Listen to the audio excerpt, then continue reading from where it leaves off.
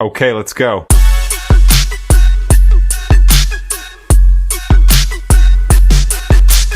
Good morning everyone. तर सकाळचे वाजलेले आहेत 5:38 आणि आम्ही ऑलमोस्ट आता हॉकी स्टेडियम रोडवर पोहोचलोय आणि इथून आम्ही आता जात आहे विशालगड ट्रेकला.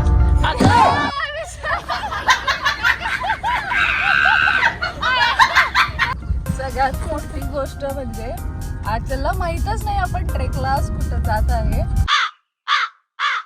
की आपण विशालगडला नाही पारगडला निघालोय. तर पारगड जो हा फोर्ट आहे तर हा चंदगड येथे आहे आजरा थ्रू आणि आपण आज तो फोर्ट आपण पायलट ट्रेक करणार आहे आणि त्यासोबत आपण तिथे असलेले 3 धबधबे आहेत वॉटरफॉल्स आपण एक्सप्लोअर करणार आहे. आणि अद्वैतच्या फ्रेंड्सना सुद्धा सांगितलं आहे की तो विशालगडला निघाला. तो पुढचा डोंगर दिसत आहे तिथे आम्ही आता नाश्त्याला थांबणार आहे. आमचा नाश्ता सुरू आहे कारण की आम्ही सगळे हाफ हाफ खाणार आहे. कुणाला एक सगळं आम्हाला सगळ्यांची जरा जरा टेस्ट हवी आहे. नाश्ता करून झाल्यानंतर आम्ही आता निघालो होतो पारगड एक्सप्लोर करायला. ही मुलगीची ट्रेक ठरवते ते ट्रेक करायचं आधीच असं झालंय मग ट्रेक नंतर काय होणार आहे काय होणार आहे? आता पारगड आहे 1 किलोमीटर इथून.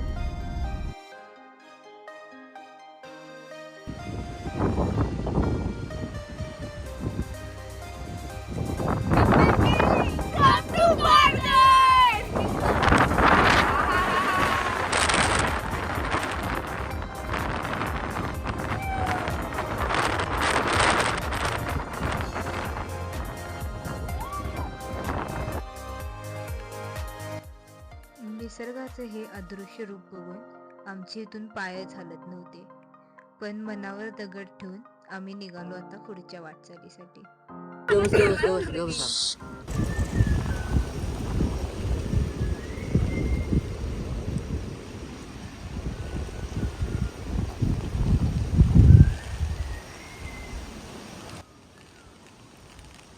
तर हा आवाज ऐकून सगळे घाबरलेले आहेत आता सध्या.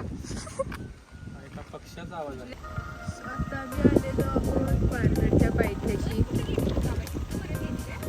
आणि इथून आपल्याला चालत जायचं आहे गडावर.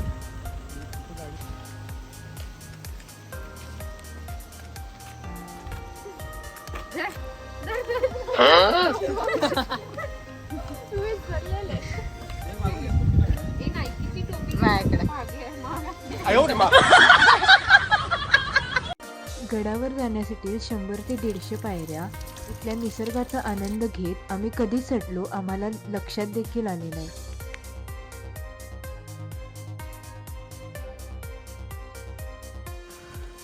गडावर पाय ठेवताच आमची पहिली नजर पडली ती म्हणजे आपल्या महाराजांच्या काळातल्या तोफेवर.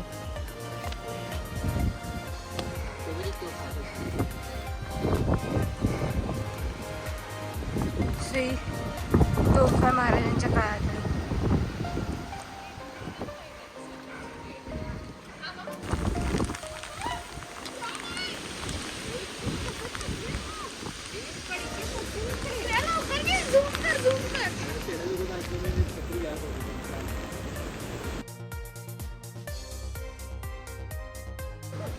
नुसतं वाऱ्याचा आवाज ऐकायचे.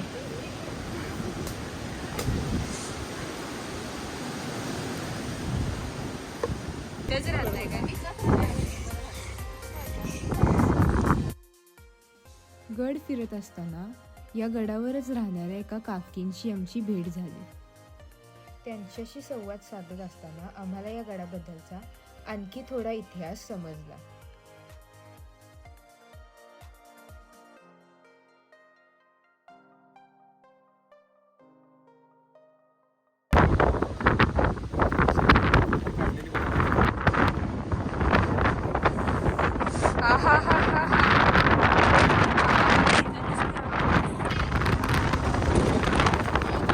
तर आता आम्ही आहे पारगडवर. आपण प्रत्येकाकडून रिव्ह्यूज ऐकूया गडावरचं काय आहेत ते. सो पहिला मी बाबांना विचारते की तुम्हाला कसं वाटतंय इथे या गडावर येऊन. या गडावरती तानाजी मालुसरे यांचे वंशज राहत असल्यामुळे या गडाचा इतिहासच खूप सुंदर आहे. आणि तसंच इथे जर वातावरण बघितलं तर सर्व वाढ धुक्यामध्येही हरवलेली आहे आणि त्यामुळे आम्ही स्वतःलाही हरवले आहोत.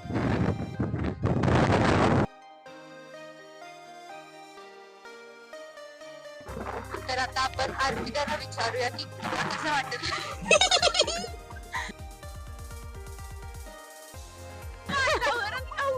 एवढं छान आहे की परत इथून जायची इच्छाच होईना आम्हाला.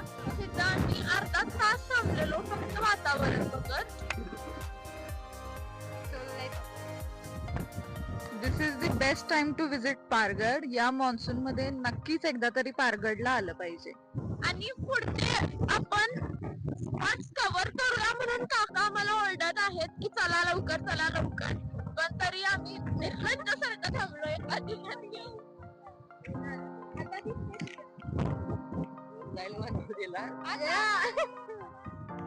आता आपण घेऊया श्रेयाचं रिॲक्शन जी बिहाइंड द कॅमेरा आहे.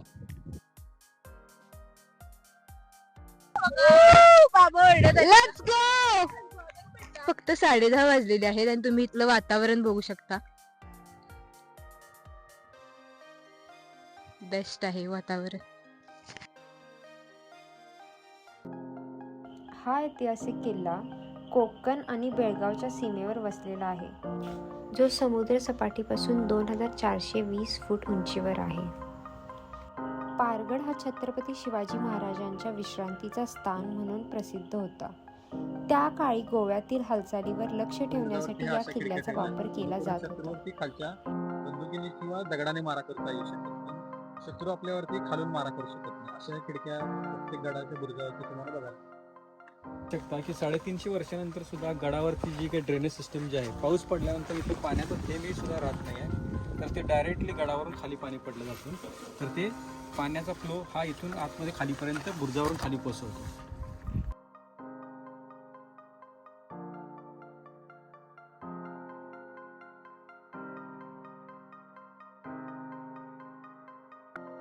निसर्ग संपन्न सह्याद्री पर्वतरांगांमध्ये वसलेला हा किल्ला जंगलांनी वेढलेला आहे.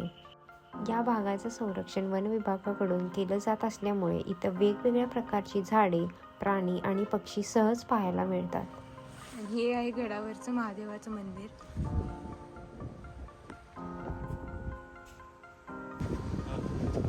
काय मस्त व्ह्यू आहे.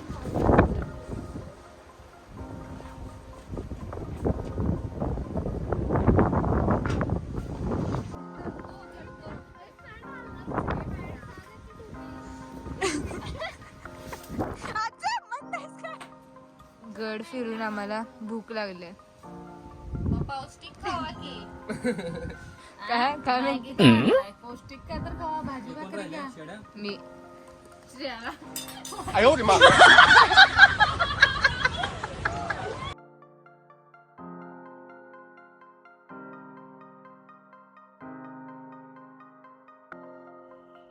गड फिरून झाल्यानंतर आता आम्ही चाललो होतो लष्कर व्ह्यू पॉइंटकडे. तिकडे जात असताना रस्त्यावर चारीकडेही दाट धुके पसरले होते. आम्हाला गाडी हेडलाईट लावूनच चालवायला लागली होती.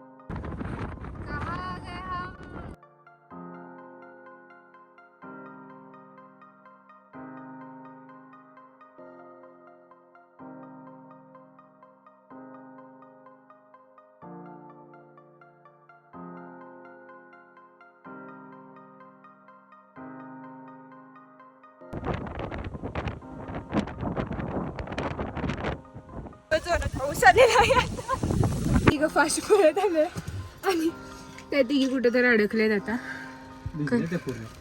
खूपच जोरात पाऊस आलेला आहे. लेट कमार भिजलेले आहेत पूर्ण. बस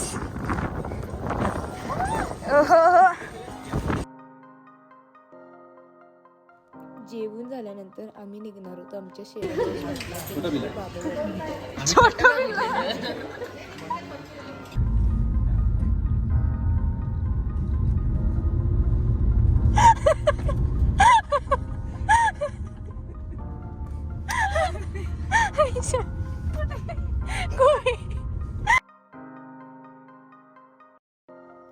बाबा धबधब्याच्या इथे गेल्यानंतर आम्हाला एक नाही तर 9 धबधब्यांचा अनुभव घेता आला.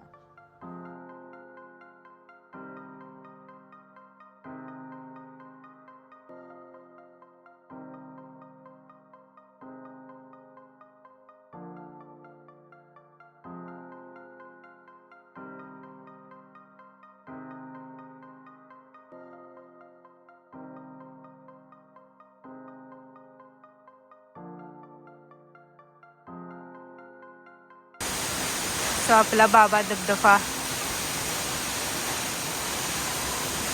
तो आता आमचं झालेलं आहे आणि इथं टाइम फक्त 5:30 पर्यंतच आहे. सो आता आपण रिटर्न जाऊया.